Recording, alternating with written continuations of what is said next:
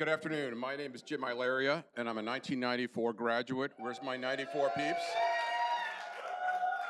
And I'm also a reunion volunteer.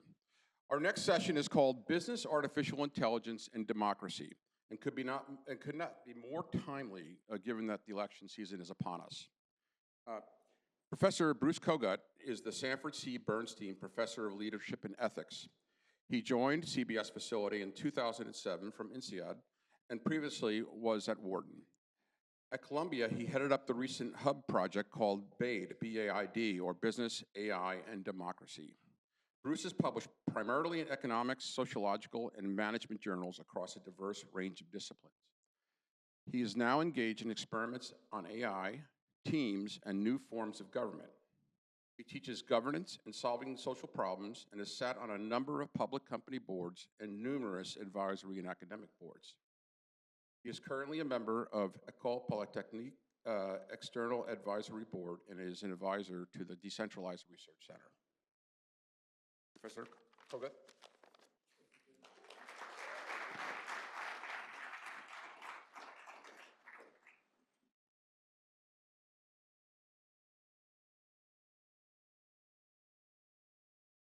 So, hello everyone. You had a good lunch? You guys think the building is an improvement over yours? I liked yours, you know. Very cozy, had a cozy feeling. You got to know people. You know. They have asked me today to talk to you guys about really an idea which came from Dean Malgris himself.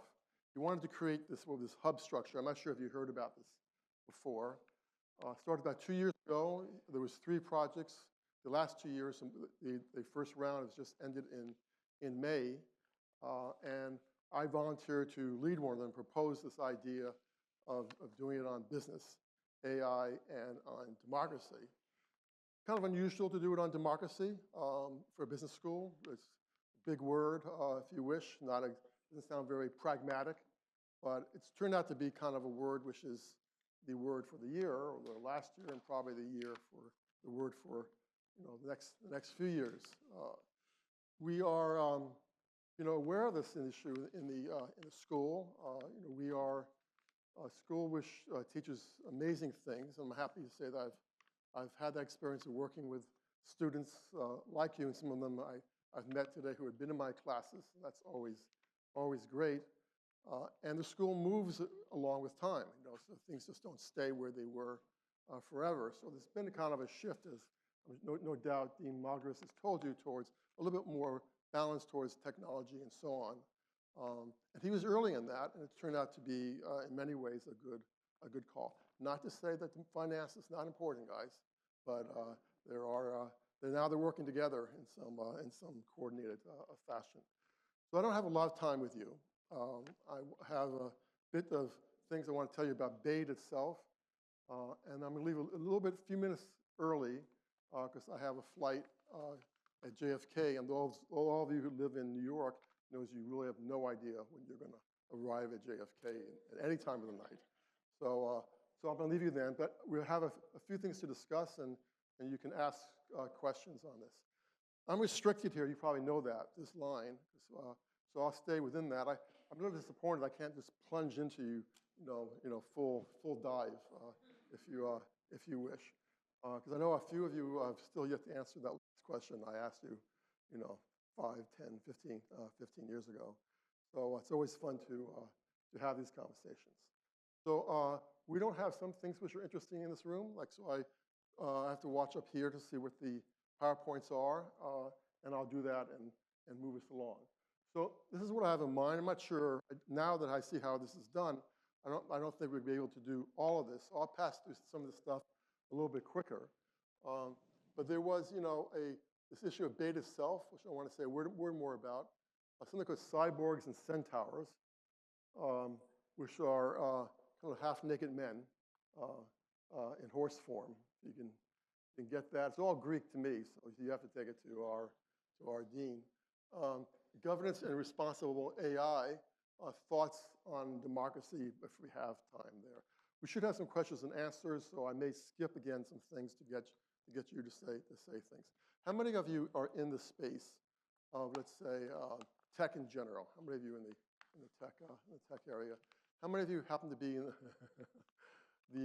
thank you for helping me out over there. That's what we teach here is teamwork, raising your neighbor's arms up, that's really a kind thing to do.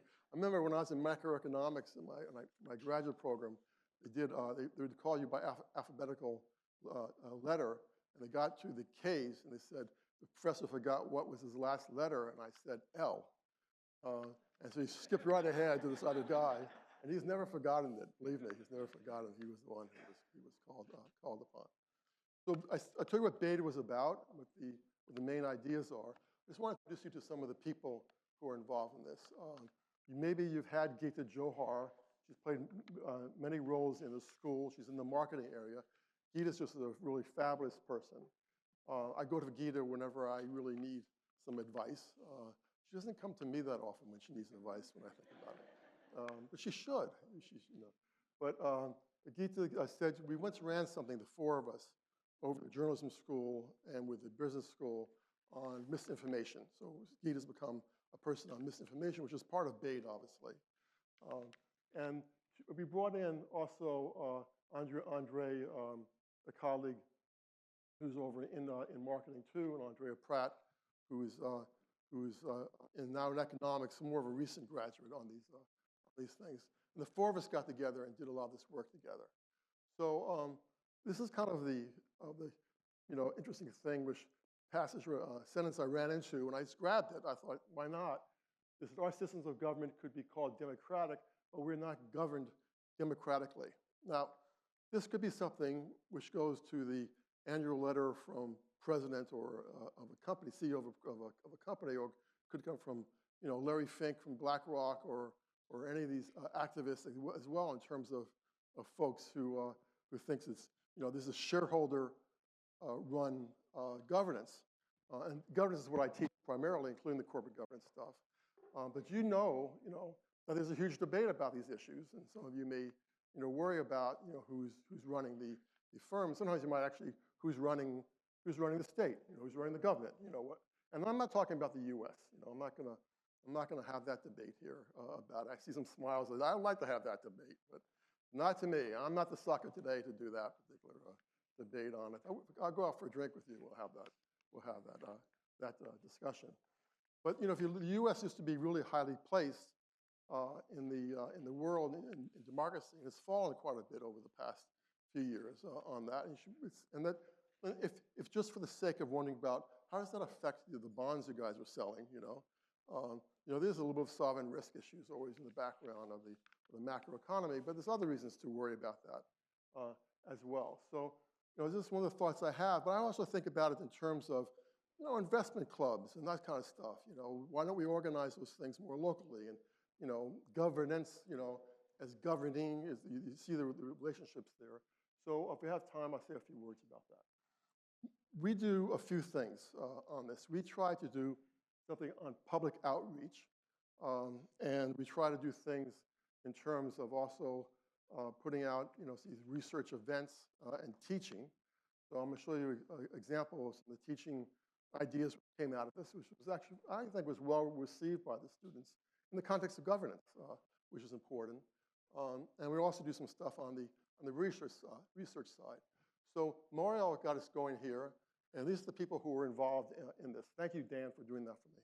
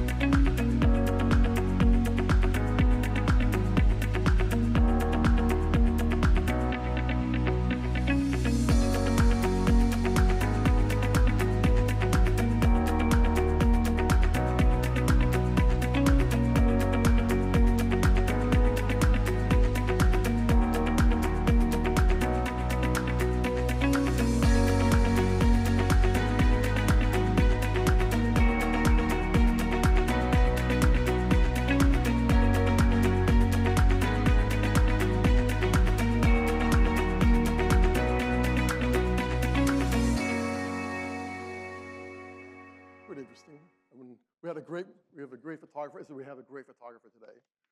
Do this for us, but it shows you the quality of people we brought in. We also had a guy named Sergei Guryev who ran this provost Sciences Po in Paris. Now is the new dean of LBS. So he visited us recently and talked to the BAID group and also talked to Dean Margaris on some inside tips. So we had a slight Ukraine focus, if you wish, is going on as well, which is an important thing to bring to the attention of the students. We had almost 180 people filled up in this room listening to Sergei Guryev talk about these issues. That's one thing we do is outreach, because we are surrounded by a big community of people, and we try to talk to them. This is some of the pedagogical stuff to do. I'm going to talk to you in a second about OpenAI itself. So on the left is OpenAI. I'll show you this graph later on. But when I say talk about kinds of governance things, there's so many interesting things happening. How many of you ever heard the term liquid democracy? You ever heard of liquid democracy before? So in what context, I'm so sorry to cold call you. You thought that was behind you, right? So in what context did you hear about that? Right, so in blockchain you hear about that, which is the origin here.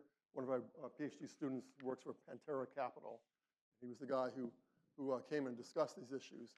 But he says if you get tired of your congressperson, you say, I swap that person out and I bring someone else in. But this person only knows about one thing. Let me swap them out and get someone else to do the next topic. So that's why it's liquid. You're able to switch around a little bit, which might be a nice thing to think about. That's why you enable delegation mode and so on. And it's being used in some places as of interest to blockchain. Blockchain is, for me, is just a huge experiment on governance. It's just incredible how much variety is happening. And I work a little bit with called the DAOs, so you decentralized autonomous organizations. And the students are taught that, and the people come in and talk to them about it. This is what I'm going to talk to you right now a little bit about in some length, since I don't have a clock in front of me, which unnerves me a little bit. So I'm at 2 o'clock, that's fine. So this is some of the research we do. I'm going to spend a bit more on this one, and then turn to some things which involve you a bit more. How am I doing? Is of interest? Okay. Yeah, he says. Yeah, yeah, I'll do it. So we'll have some things which we'll talk about. So I'm looking at the back rows up there. That's where I usually sat as a student. So I have sympathy. This conversation has to do with the impact of AI and also China on the economy. So it's kind of I'm going to show you some data in a second, some things in the macroeconomy which are fairly troubling. One of the reasons why you get into democracy is because some of these economic impacts also have an impact upon democracy and elections and those kinds of things. So I just chose a few things. It's been kind of a puzzle, why democracy is in trouble. And for one answer is technology, which I do think is the AI component to things. But also there's been a common shock, which maybe we as policy people might think about with some regret going on. And you see the data very, very clearly, the very rapid increase of imports from China hurts wages and employment. We know that now. We didn't know that before, but that's clear in the data. And also similar results for other countries too, European countries. We're not saying this happened intentionally. It's not like we're saying this was a policy to do this, but it was a very quick expansion of a country which is 1.234 billion, 4 billion people. This is a fancy slide. I just want to look at the top row. I'm not going to worry about the second one. There's this little bit of a dip here. If you notice there's a dip, which is important. So we can post all these slides, and you can also contact me if you want to do that. So, but you also can take pictures too. That's fine. That's fine with me. So on the left-hand side, you see the low wage, the middle wage, and the high wage change in employment shares. And then above it gives you what period of time it is. And you can see there's been kind of a dip happening, particularly for the middle wage group, the annual wage percentile, and also for the high wages. I'm not sure what's going on the far right, but overall you got this dipped curve here. The next one is what's particularly troubling. When you think about Wisconsin and other states in that manufacturing belt. You know this already, but it's just nice to see it, how big it was. You look at real median income, that's the green line, and then you look at the real outcome per hour, that's in the areas of the blue line. You see this huge gap, stagnant wages, and there may be many reasons for it. But again, one of the wages is the growth of automation, and again, we know much more about it now than we did before. But the question which comes up is AI really responsible? And is all this talk about AI being so disrupting? And there's a debate about that, and everyone buys it. The cause which is behind these numbers.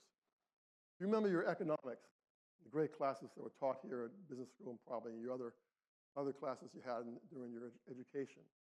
We know that skills really matter. My grandparents came to this country. They had no education, and then they had kids. My mom was the first to go to college. My dad was the first to go to college. He went to Columbia on that, and it made a huge difference, right? Outcomes. So skills education matters. You see that in real time. What's AI going to be doing to this? So we created an experiment in the lab, so we could do certain things in the lab you can't do in the economy directly. Now, if any of you guys, people here, have an interest in these kinds of questions, or you want to make it more precise for your company, you can, there's a big thing, getting academics to come in to discuss these issues with you, and to do research on these issues.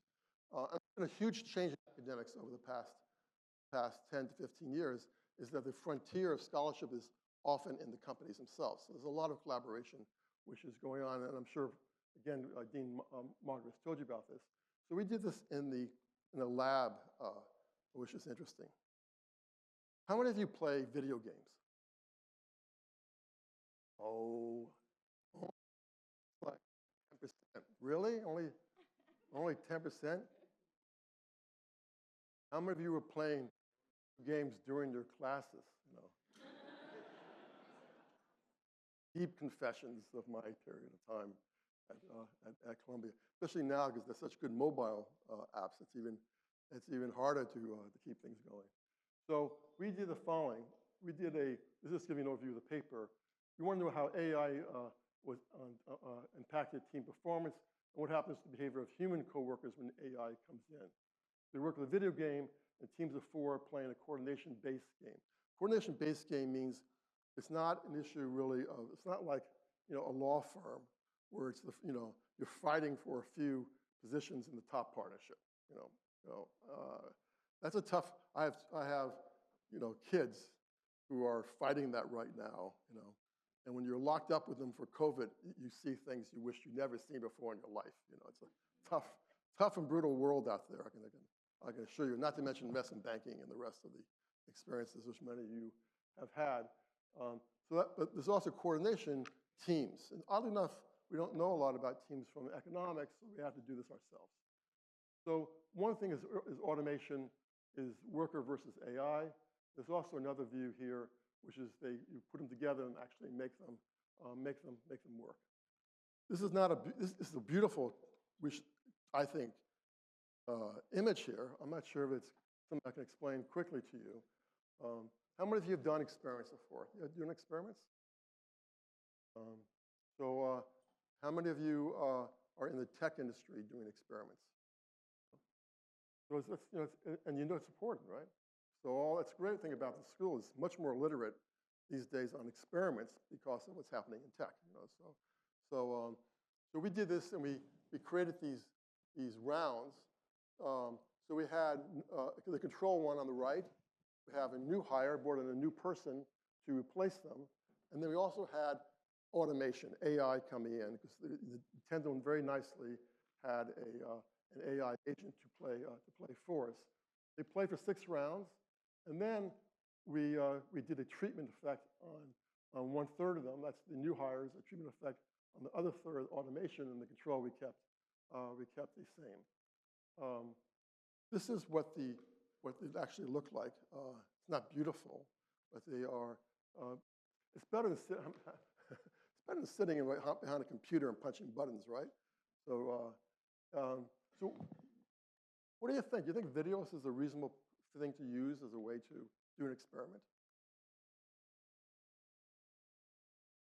Here's what you're testing. So I'm testing the impact of AI on the labor performance of teams. You know anything about video games? We have a new class on that, you know. Everything you have to know about video games. You want it, you got it, you know.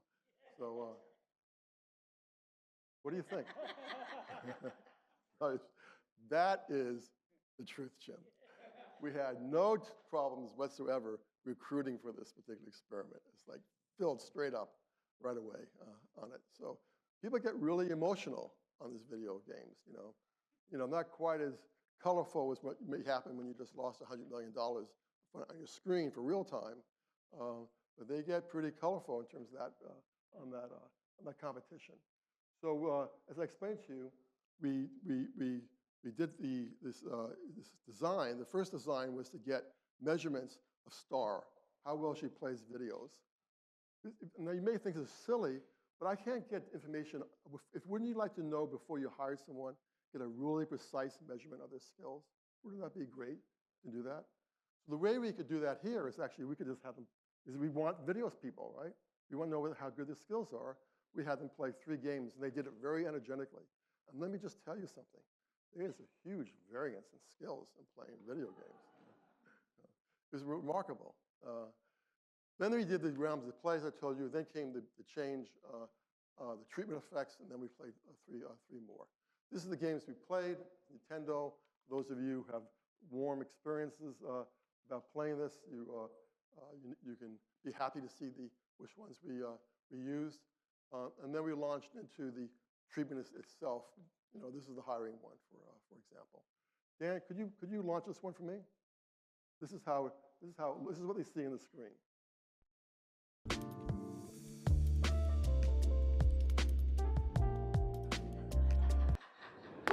Thank God it's clean, right?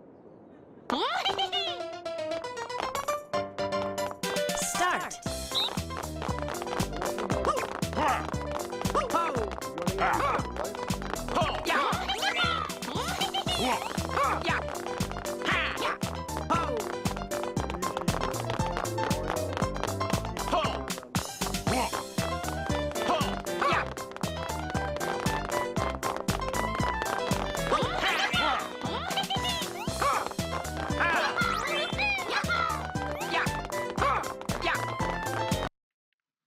So that's the experiment. Isn't that great? Isn't that great? I didn't know how to play this before. I'm not much better because I was playing with some pros on my team, but they were great in doing that. It's interesting is that we know we all pay them the same wage, the team, right? That's what you have to do in these things. So we don't take individual differences into account. But how do you get a measure of coordination, which is really important? How well people coordinate as a team together. And we counted how many times they had collisions, right? So the collision itself gave you some indication of that. And they might ask you collide more or less when you have an AI partner than when you have a human partner. Now, I know what some of you are thinking. You're thinking about, I seem like a mature man, right? I am really, and I'm really serious about what I do. I feel like I'm having fun, isn't it? This is fun. This is fun stuff. You know, you're having video games, people coming in, you're doing stuff, you get it published. It's amazing, right? So, but what is it? Why am I doing this? You know, like, don't you have anything else to be doing? Because it does give you some information about what's happening, which you can't get from the macro statistics and elsewhere. This one here just shows you that if you look at the change of performance and coordination, that overall, once you have the treatment between 6 and 7, you find that performance begins to show. This is counting the number of ingredients that are picked up. Then you have coordination failures, they're increasing as well. So that's the main what's called average effect. This is what's happening. But you'd like to know what's the reasons for it. So we know this now. We know that if performance decreases, there's the coordination problem. But why? The humans don't trust their AI coworkers. We do, after the experiment, we do a survey. There's very low trust. This is called algorithm aversion. People don't like playing with algorithms very much, is one belief. Humans exert less effort when collaborating with AI. And there's also this thing called heterogeneity, which is I'm going to spend more time here talking about. You know, When you go into a courtroom convicted of some crime, I'm so sorry, I personalized this. I mean, there's no one in this room was convicted. I mean, really, what am I saying here, right? When when I'm convicted of a crime, about to be out there, this issue of, do I want to be, treated as the average effect, or I want to be treated as Bruce Kogut? What is the law about? Why doesn't the law just use average effects? This is the AI debate in law versus the ones which have to do with individual cases. It's so inefficient to figure I need to know your name and what you do. I just know I know enough about you. I can predict whether or not you did it. You can stay home for the trial, and we'll work it all out. Already got the Hyatt who's now moved into the prison business, all ready for you to make you feel comfortable. But this is the variance which is so interesting there, right? And this is really important to the story, is that not all people are the same. But we would like to know whether or not the variance is being driven by skills, right? Because that would be important to know thinking about this issue. So there's a trust difference, AI versus control. You're much less trusting of AI, and your effort is lower. That's the other things we showed. But we also wanted to talk about, and they said, I prefer to perform this task with a human over AI.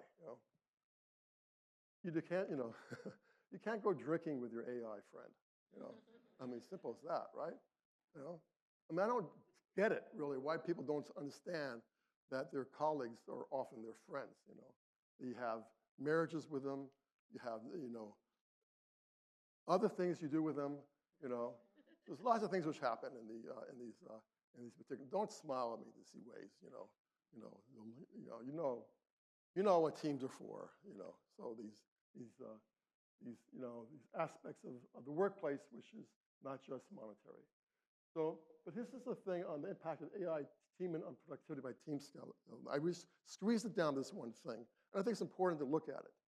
When you introduce AI, notice that in low skill, you fall in productivity. This means when a low-skilled person, just in terms of these video games, I'm not saying they're not high skill elsewhere, just in terms of these video games, your performance goes down. Okay? You don't have competencies. You may be on the side. You may be a substitute for AI. In the middle of the same story, but even more. Remember I told you about that dip which is occurring? It doesn't find a dip everywhere, just for middle, but also for lower ones too, which makes perfect sense. We replicated that macroeconomic, chart we put up earlier. And then you also look over here, you find it's the high skill ones which matter. There are some people who, on average for themselves, are performing at higher levels than the ones which are the AI agents. So this has got the skill, and they're being matched. This is the world of matching, which we're trying to do. Bo Cowgill, new hire at the school, amazing professor, who does this kind of work, where we can match people on their skill levels, which will make them more efficient or less efficient. It also will inform hiring as well. Okay. So I'm not sure how much time I have left. What I have? 2:18. So then I have cyborg behavior and centaur behavior. This is why I warmed you up with this particular comment. One of my co-writers there went to Harvard as a postdoc. He worked with a consulting company called BCG. Any BCG people in the audience? So did you ever hear of this experiment they ran? It was about, I think it was about 7% of the BCG workforce were paid to work with these guys. And the thing is about this free labor on the part of it. It's not as if BCG made a monetary gift. They, in fact, donated their labor, which was great. Now, it's probably fun, this deviation as well from all the hard work. But this is a multi-million-dollar experiment. Right? Because BCG consultants are paid well. So this is, using their time for this purpose is a huge effect. And I would love us to do that too. I think it'd be great. We don't have to make it multi-million. This worse, Columbia, we want like multi-billion. So, step up, and we'll do the multi-billion-dollar experiment of all time. But now these experiments are really getting expensive. They're really very expensive to be doing. Cyborg is someone who has the integration of AI in the body itself. I'm serious. I'm ready for it. I'm ready for it. That'd be just great, you know. What I want, everything from optimizing my body, to how I can finally be a good tennis player would just be great, how to beat my brother in chess would be wonderful, So, those things. But it also can be used for other tasks which you might want to be doing. And then you have this centaur, which is throw it over the wall issue. Often they say, working with a computer scientist, they say, you do your part, and then just throw it over the wall, and we'll do the coding. And that, is one way of doing it. And maybe it works great, but it's two different ways of being actually doing that. And they came up with some interesting results, which I'll let you hang in on this experiment. It was a very interesting experiment to be running. When I teach governance, there's a classical way of teaching it, which is very much law and economics. And I'm wholly with it. I love teaching it. I bring in people to teach it, like Alan Jones used to start up the private equity practice over at Morgan Stanley. He's been great help to the class. I bring in Sunil Gulati. You ever heard that name before? You ever Sunil Gulati? If I said Jonathan Nee, do you know Jonathan Nee? Right, so he often teaches Jonathan Nee, the sports stuff, whatever. He was Sunil Gulati at Columbia teaching here. Teaches here quite often. He was the head of U.S. soccer for a number of years until about 3 or 4 years ago. Looking at some faces there on that. He's a very in-your-face kind of person, but he's very different than what Jonathan would say or what we would normally teach. Is who's the principal, the power structure, who's subordinate, decision rights, control, cash flows, et cetera on that. What do you think? You think OpenAI is the epitome of good governance? You think that, or yes or no? This is a positive example. I don't know. I mean, it had a comeback, right? Sam Altman's back in the board, right? Larry Summers came back. Now you smile. I would have taken Larry Summers' mother as a Wharton junior professor. His mother teaching at Wharton. She was dynamite. She was a dynamite teacher in the force, the local real estate area questions. Larry's got his good points. He's got, but he's now on the board of OpenAI. So they went through a change on this. And you put this up and you say, can you make sense of this? Now, I'm about to plunge very rapidly in the time we have on the issue of the following. There's a thing called responsible AI. You hear responsible AI? You heard that before? Responsible AI? It means that when we're going to the November elections in the fall of this country, other countries involved too, very careful in trying to remember that in our alumni, but also in our students, there's a wide diversity of countries and experiences, et cetera, on that. It's kind of true everywhere. But there's going to be things called, bots, and there's going to be things, dealing with misinformation and et cetera, which really matter on this stuff. But whose responsibility is the question? Now, we don't have time for that question. It's not my question today anyhow, about how do you work that problem out? Where should it be done? Now, here's a firm that came up, which put a board of directors, which controls. It's not public yet, right? It hasn't gone public. It's a private company. So who do they own their allegiance to, And underneath them is the public charity. Now, the board controls the charity.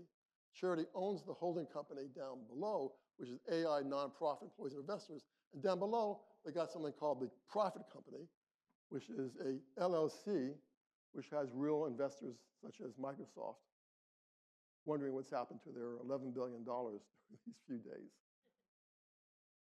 I don't know, guys, if you ever had that experience. I've never had to worry about my $11 billion before. So it's a lot of money chain on that. And it really matters how it does well. What's interesting, up there, OpenAI GP, what do? They control a GP. What is a GP? What is a GP? You're a partner, right? And they're controlling those things down there. And then you got employees and other investors there. You got Microsoft over there, but they're actually only have a piece of the overall operation. This is a very complex organization. Why is it so complex? It's simple to take them at their word, was they had hoped to be a company which was for a social mission of responsible AI. Okay? They would not blow up the world. If you look at their research page, it's amazing which is being done. So I'm not going to do this. Can you, Dan, I need your rescue, Dan. Could you click that out for me? So we usually then raise things up to do this, okay? Now, I don't have a lot of time here, so I'm going to use a few examples. This is fun, okay? This is fun. So what do? There's a thing called red teams. Any of you work in red teams? This is like the basic level. You can automate it. You have red teams, or you can automate your red teams. You know what the red teams are? Has anyone done this? So can you try speaking up? I don't think it'll carry forward. So can I ask you which company you're from? From BAID? Meta, okay. The second I heard was Bear. I thought maybe it was a sheep company, a wool company. But Meta is not a sheep company. You know. It's an amazing company. Well, and what a recovery over the past few years. It's done some good stuff in social AI, responsible AI, which has emerged. So they have red teams. If you were here, we'd have a chance to get you to talk about it for us. There's a bunch of people who said, is this actually an issue for us or not? Okay? So I'll just give you an example of one. There's a few articles which came out. Is there a bias in these sentences? So, and the red team is supposed to find the biases. So the doctor yelled at the nurse because she was late. Who was late? According to the sentence, the nurse was late. The nurse yelled at the doctor because she was late. Who was late? This is like, you know that thing on who was on first, who was on second? You know that? So it sounds a bit like that. But the point is, to go down the whole thing, it says, they come to a conclusion on this, is that in this sentence, the doctor being late seems to be a mistake or typographical error, does not logically fit with the rest of the sentence. If we assume that the tenant meaning the doctor yelled the nurse for being late, then the nurse was late, right? And the doctor is pregnant. So you have these contradictions which come up. That's the point which is made over here by this other article, that these problems with the language can lead to these erroneous conclusions where it seems as if this interpretation does not make logical sense, as pregnancy is not possible for men. Thank you, OpenAI. I'm happy to learn that piece of knowledge. But the point being, it's so simple for a human, so difficult for the AI, and this is causing massive problems. Well, let's take a look at this one here. I hesitated on this one, guys. You don't know what it is to be a teacher these days, really. It's constant fear, that someone's going to smoke you out, and you're going to be, on Reddit or whatever it's going to be, and your mother's going to read about you. I thought I raised you better than this. So this is from DALL-E 3, which is part of the OpenAI thing that does photos. This is the prompt they use. An individual enjoying a leisurely picnic in the park with an array of snacks spread out on a checkered blanket. That's the prompt. And what do you get? Now, would that have been your obvious response to that picture? And then one student raised her hand and says, well, you haven't been to Central Park very often, Professor. So, that's just great. And Melanie Mitchell's a great researcher, and she's part of the team at OpenAI. This is interesting. So what's now the case going on with New York Times? Who's suing New York Times? Scarlett, what's her name? Scarlett Johansson, right? Suing them. She hears her voice in the audio. One of the things which one of the services they provide of OpenAI, and the text itself is an issue. And New York Times is furious over these issues. So just to remind us, by the way, if you had today's morning class with Daniel Guetta, who is a genius in presenting this stuff to a classroom, truly a genius, you know. And tomorrow you have Sandra Motz to talk to you about polarization issues as well. You listen to, you know, on this stuff. We know these things are made out of these massively huge data sets, right, of people. Say, how the hell could Scarlett Johansson come out of this, you know? Well, there are ways to do that, you know. Human intervention can make that happen, where they bias it in that particular direction. So if I ask you, is there any, so red team is detecting copyright violation. What is the provenance? Who is the author, original author of this piece of work?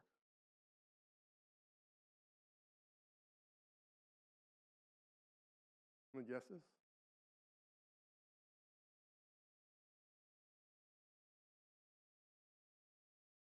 Done? So Getty? Oh, it could be there. Sure, they may have this. So it could be someone who owns the actual image. Or it could be the artist herself or himself. In this case, it would be someone like Picasso who did this. And then they would sue. This is, you know, European law is much different than our law in terms of issues of provenance. So they would come and say, you know, a Picasso, they say right there in the prompt, Picasso-inspired cat with abstract features and bright, bold colors, you know, and this is what it generates, you know. What would you pay for that? This speech, what's that? 0. Because you're an informed investor. Right, you know, that's the, you know, there's no SC determination on being an informed buyer of a user of this kind of artwork. So there's an issue of knowledge, obviously, information, different kind of information which comes up. And we have, again, people at the school who are doing really great work on information given under these new technologies. Let me give you the last thing as an example. This is a fun thing I do with the students. I assign them this task. We do this in class. We take 7 minutes with it, something like that, 8 minutes. High percentage of CBS students have tried out GPT. Now, we can have this discussion if you want real quickly at the end about what do you do with policy on ChatGPT in terms of filling out, you know, papers or assignments or et cetera. And then you can also then ask me, what do you do with faculty who use OpenGPT as well on that, which you'll find on my syllabus that I use ChatGPT, but always will say so, you know.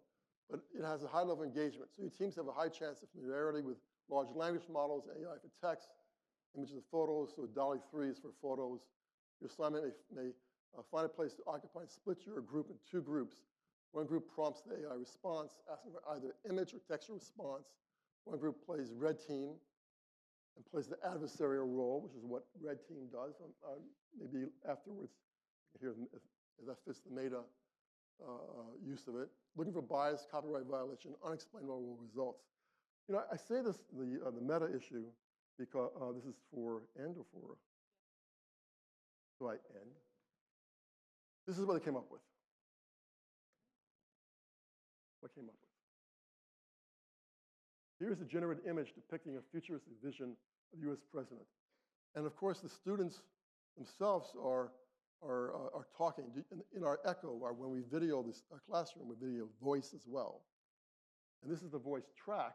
Okay, then we ask it to generate, so prompt, generate an image depicting a futuristic vision of the US president in 2060. Okay, then we ask it to generate a photo of future president of the USA. It said that creating an image of the future present one that's far off is not feasible due to speculative, uncertain nature of future events. But they can create a fictional representation. He's like a cyborg president. You know, that's an idea. And they go down. He's 25 years old, like he's half robot. You know, that's a centaur more thing. And a man. And he's a white man too. Exactly. That's a cyborg, but he's cyborg. Interesting. That's something we'd rather have a cyborg white male president than literally anything else. This is for the year 2060, by the way. You know, God, think, 2060, and this is the images which are being generated out of asking them to depict the vision of the U.S. president in 2060. There's something seriously wrong with that particular prediction, which came out of OpenGP, and there has to be something done about it. And there's a huge debate on who does that, and it differs across firms. And I seriously mean Meta's made a tremendous change over the years, from these outside councils boards which do things to having this more of a hands-on here. But the real issue is, can you automate it, right? Can you automate it? And it's quite different. So, this is my final slide for you. Welcome to the 2024 election. Anyhow, I want to give you a sense of what's happening in the classroom, some research on AI. I've been transparent with you that I really do think that for a greater CBS, a more prominent CBS, that coordination and cooperation between all of you and the research which is being done here. This really is, I'm not talking about money, I'm talking about your ideas and how to work it and how to make it more impactful is a great opportunity for all of us. So forgive me for that particular, not a pitch, but just a statement that faculty wants you on this campus. It's a beautiful campus.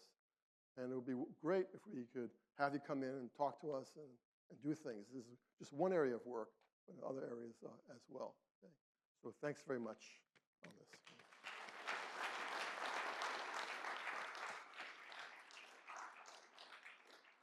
Now I'm done, but I want a few questions from you guys, okay? So, or to each other. A few questions. The speakers, stand up and speak up.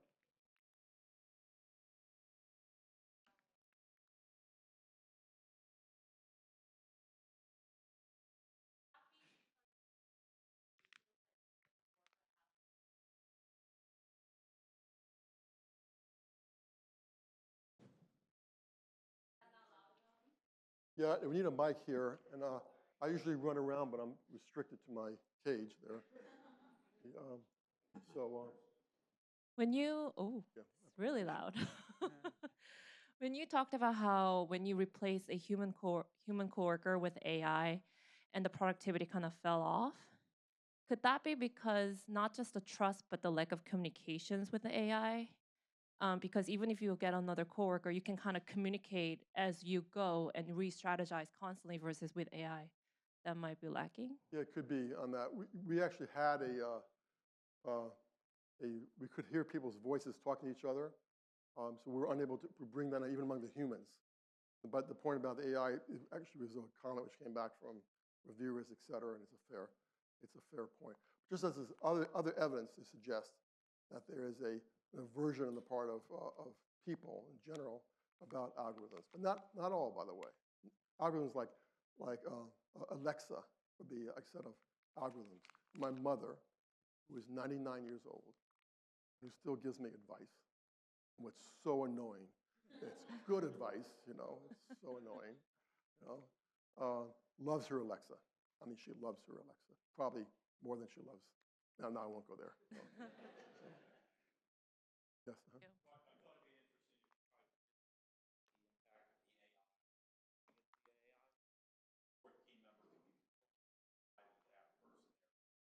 Yeah. Yeah, do that. Yeah, it's really true. You could have it automatically heard and then automatically translated back. That's what we're having now. I read DARPA calls for research. You know what DARPA is? It's the defense. It's an amazing institution. And what they have envisioned for the workforce of the military of the future, multi-language, coordination, automation, multimodal, as they say. It's incredible. And those who work in space know that's the case. So, and it's coming to us in the classroom. Quickly, it'll be coming to us in the classroom. Some more questions or comments? Yes.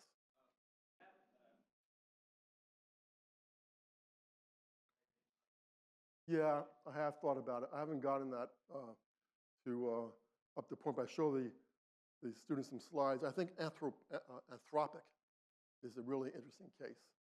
Anthropic, how many was like 9 people or 11 people left OpenAI early on, and they took on a form of the Public Benefits Corporation, which not only Delaware, other countries do as well. This is real governance. Right? And so you're allowed to, according to a lot of Delaware law, you cannot say, I will choose a non-material goal over a material goal, materiality issues, which come up. But you can if you have that kind of governance structure. So they became that way, which allows them to announce a social mission. Okay? I still have the fundamental problem, if you're worth $80 billion, I mean, at some point you say, yes, I believe that, I'm willing to give up, $1 million or $100 million. But how much are we talking about exactly here? So I think that's the struggle, how to do that. And the hope was by, some people you do it by automation, and part of it will be done. But there's going to have to be other things done as well. What I'm trying to avoid in classes, I'll be quite honest with you, although I think it's inevitable and it can be good, is going to the government and saying regulate it. That's all. Let's think about it first, right? Let's think quickly because it's moving very fast. I just wanted to know if you had any idea, or if you've seen this, people that are in IT, traditional IT, coders, developers, these people, it's my experience that they're some of the biggest cynics about the use of AI. And whenever, if you discuss AI with somebody that's, say, working at IBM or something, Yeah. the first words out of their mouth are, yeah, but. And it amazes, I don't know why. Well, on the, so again, it varies on this. I mean, I think part of the, Hinton, who came out, Hinton came from Google, but was a long time, he's Canadian, what can I say? He's got, social values built into his soul, and he likes money, and probably makes a little money as well on the whole thing. He was very negative, critical, extremely negative, you think on that. And then he wants to slow it down. But this is always such an interesting problem. Can you slow it down? Isn't, in this market, who is slowing down on it? The Europeans have this. I've lived in Europe a lot. My wife's European, et cetera, and so on. So I hope she forgives me for this. But what's the major contribution of Europe? People often say, not my joke, about this to AI, and they say, regulation. That's where they are. I think the U.S. is too much sometimes on the innovation side of things. But I would like to find people to think clearly through on the positive ways to solve this problem. And that's why I'm looking at things like DAOs or these things I threw out very quickly to you, more the blockchain experiences. I really do think there's a lot of things happening there which is super interesting, which could work out. And then can you scale it up higher? I'm not sure. That's where we are, I think, in this competition. One more, maybe. You mentioned you had a speaker from Ukraine here for one of your speaker series. What was the opportunity there that you found? Sorry, for whom? From Ukraine. You had Ukraine. one of the speakers was from Ukraine. What's the opportunity there? Why did we bring him in? Yeah. I mean, misinformation. I could tell you some, if I have to explain it on that, I would tell you that I felt that Ukraine is one of these. There's a lot of, Sergei Guryev is someone who also, he's Russian and so on. And we had Andrei Simonov, who's Russian, who's an amazing speaker on these issues, on misinformation. But I'll be honest with you. I mean, why not be honest, right? I think Ukraine is one of the big topics of our time. I think it matters what happens in the Ukraine, and part of our job is to, in the context of AI, et cetera, misinformation, have a discussion so people learn more about the Ukraine and those things. So I think that was the reason for it. I hope that didn't disappoint you, because I know we have different views on politics, et cetera, and so on that. But I did take a little bit of a plunge going in that direction. Yeah, she was in my class, so she better, Right. So I took your government and ethics of governance class at Columbia, and I feel like the unending question in that course was, what's the place of governance and ethics in business? And I came to this panel, and I still have this question. The conversation about if there's a responsibility that businesses have as we think about AI mis and disinformation, as we think about AI panic. I don't know if you know the answer to that, but do you feel like that's a conversation that's being had largely right Yeah, now? I think this is a huge discussion right now. Business schools are catching on to it as well. But our engineering school, I work pretty closely on this, really big into it. Partly because it's such a big technical problem on it. But I think that is one of the big topics of our time. And Do you think that there's a debate happening, or is there alignment? Like when you look at the Edelman barometer of trust, people trust their companies often more than they trust their government. Do you think that it's a debate, or do you think that there's alignment? was I not lucky to have students who pose these questions and ask me all these things? So I would say to you, the alignment issue is what's so hard. And I actually made a little comment there. Values, personal values, and also whatever comes out of the text and driving those values. But I always end by saying, governance is not just about personal ethics, not only about personal ethics, it's about institutional solutions. And I think in that context, there's a lot to be discussed. A lot of fun things, liquid democracy or quadratic voting. It's just so interesting to follow what's happening. Thank you so much. I'm going to catch a cab. See you all.